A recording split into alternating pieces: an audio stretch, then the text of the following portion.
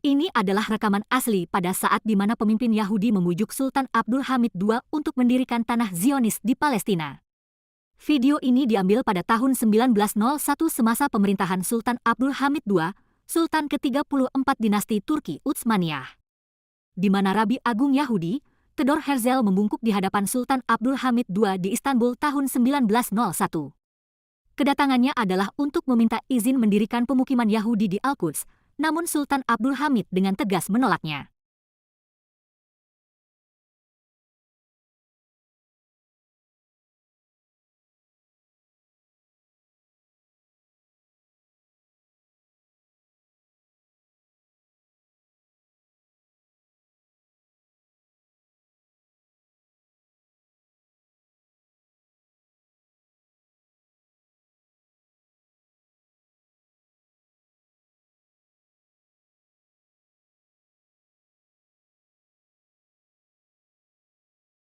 Di atas penolakan tersebut, membuat Theodor menulis dalam buku hariannya dan menyatakan bahwa tidak ada harapan bagi kaum Yahudi di Palestina dan mereka tidak akan bisa memasuki tanah perjanjian selama Sultan Abdul Hamid II masih berkuasa. Dengan pantang menyerah, Theodor akhirnya membuat satu agenda besar untuk menghancurkan kekuasaan Sultan Abdul Hamid II. Kaum Yahudi mulai membentuk gerakan revolusioner yaitu Al-Utsmaniyahtun Al-Judad atau generasi baru untuk Turki.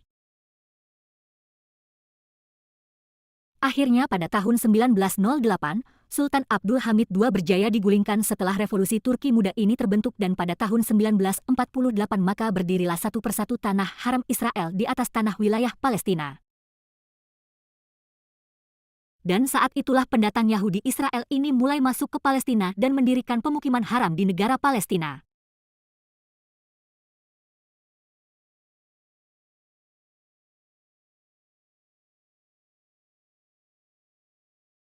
Inilah foto yang diambil pada tahun 1947. Tampak pengungsi Yahudi tiba di Palestina dengan spanduk bertuliskan Jerman menghancurkan keluarga dan rumah kami, jangan kau hancurkan harapan kami.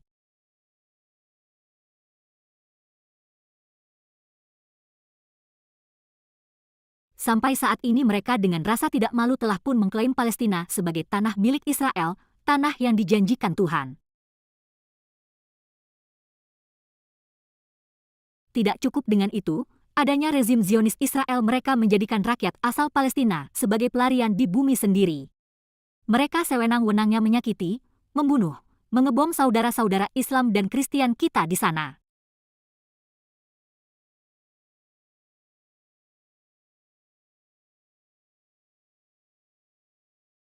Dan inilah sosok wajah Sultan Abdul Hamid II.